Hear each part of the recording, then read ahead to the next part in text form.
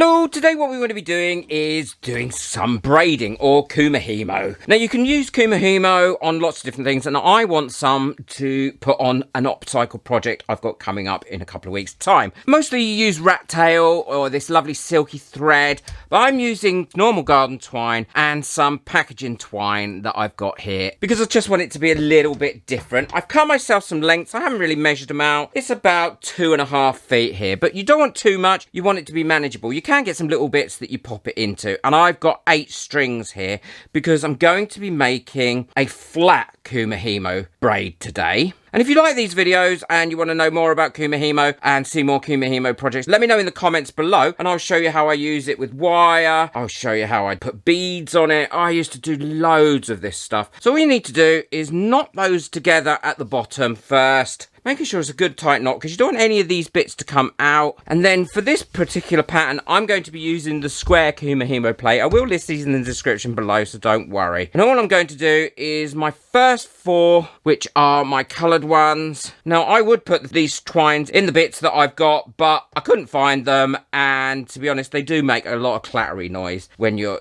trying to record. That's why I haven't done them. So I've got them in the bits that I want there. And then I'm going to put these ones in the corresponding ones this side. Now you can actually do this pattern using the round discs as well if you want to, but it is easier on the square one. So I've just got these bits now hanging off, and this is a really simple one to do. It's great to just sit there and do while you're watching telly or anything really. It's literally a case of just bringing these ones down and these ones up. But what you also need to do is you need to take the far right one here and bring that over to the center like that, and then you bring that one there, pop it there, so the 8 from there to the 8 there, that one there, that one there, that one next to it, and fill that gap, that one next to it, fill that gap, that one next to it, fill that gap, bring that one up there, put it back into that 5, and then the one that you've got over on the edge here is where you fill it there. So what you've now got is, you've now got all your plain ones at the top and your coloured ones at the bottom. So again, you just keep repeating it, doing that. To bring this one over, holding onto your knot underneath as well to give it a little bit of tension at the same time. And because we've got a plain one there, we know we need to bring the coloured ones up to the top. And there's lots of different kumihimo patterns, and I will show you a different pattern as well. And then again, we just always bring that one that's over at the side down as well so it matches the rest. Try and keep your strings untangled as well as you're going along if you've not got them wrapped around a bobbin. And I will try and find out the bobbins as well. So again, you just repeat this process over to that one side, bring this one up, that one down. What you're doing is you're just swapping them over, and then bring that bottom one to there. So I'll show you one more time, and then I'll show you what it looks like underneath, and I will continue with this. It's really important to make sure that you always bring this one here, the number 8, over, and I've put it in there because that is what's creating your weave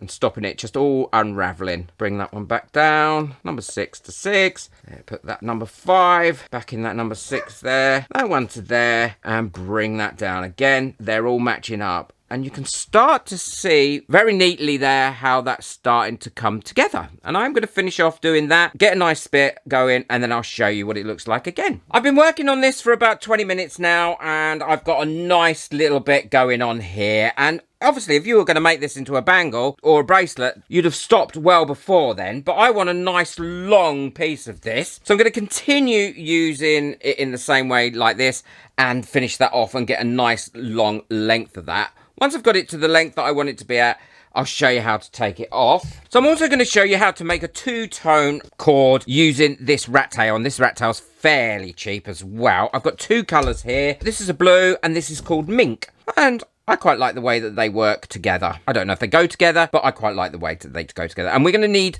a round disc here.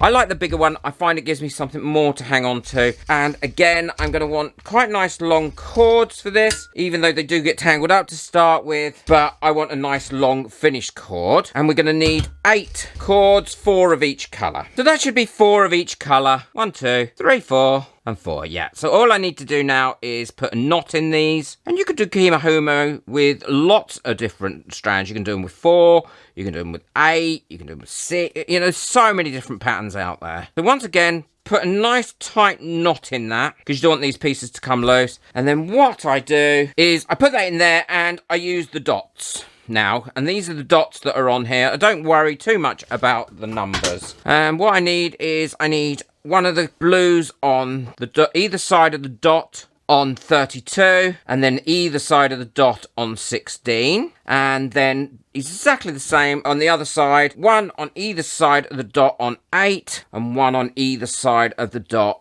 on 24. And then I pull them in so they're nice and tight and secure on there. And then the knot also gives you something to hold on to. Keep it as central as possible, and then you can hold on to the knot with your left hand or right hand, depending on which hand you are, and then work around the disc. All you have to do is keep track of what you're doing, and you will find that it just becomes muscle memory. So all you do is you bring the top right down to there, bring that up to there, and it's not going to go back to where it was, it's going to go beside it. Twist your disc round again, that one to there, and then that one back to there. So you're always putting it back beside, twist again, and this builds up really quickly like this. So you bring this one on the right side of the 7, you put it down next to that one on the right side, you bring this one and you put it back to the left hand side. So actually your pattern is working around your disc all the time. But as long as you keep them going in the right way and you rotate your disc,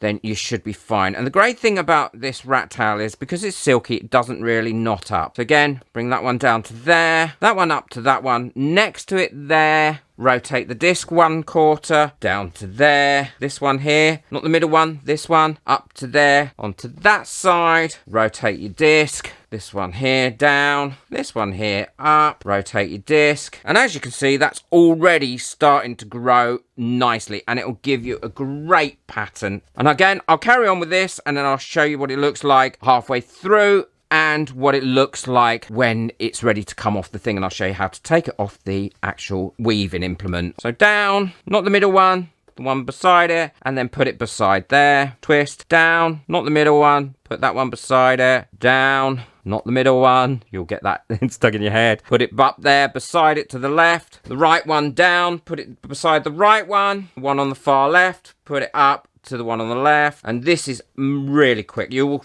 be so surprised at how quickly this grows. So that one down to there. Look at how quickly that is growing. Well, I've got these to the lengths that I need for these pieces, and didn't take long at all. And I love this pattern, the way it just goes round and round. I'm not sure if those colours go together, but they do in my eyes, so I like those. And then this one here, I've got this whole string now of the 2 different colours going through there, and it's really easy to take off. All I do is I lift up one end like that, one side, flip it over, put my thumb there so it doesn't come undone, take it off the other side like that, hold it together, and then put a knot in it. And then once you put a knot in it, that isn't going to come undone at all. That is just going to stay there. So that's quite a nice length. Like I said, didn't take long at all. And if you've got a double one, I just do exactly the same thing, pull that off like that, then pull those out, and then put a knot in the top there. I want to quickly show you some of the other things that I've made. This is how I package them up to send them out. Really easy to package up, to send out in these little clear transparent things. And this is a necklace that I made for someone, and that's going out today. And here's some of the other things with beads and some without beads. That's leather cord. I like the beads ones and the different colors that you can put in them, and they make up and turn into some really nice bracelets like that or like that. And this one's been made for someone. They want that, and I'm also going to make some earrings to go with that. So if you want to learn more about this, let me know in the comments, but I will show you how I use this as well with some recycling projects. I look forward to that. Thank you everyone that got me a coffee last month. If you'd like to buy me a coffee just to say thank you, then the link for that is in the description below. Take care, enjoy your crafting, bye.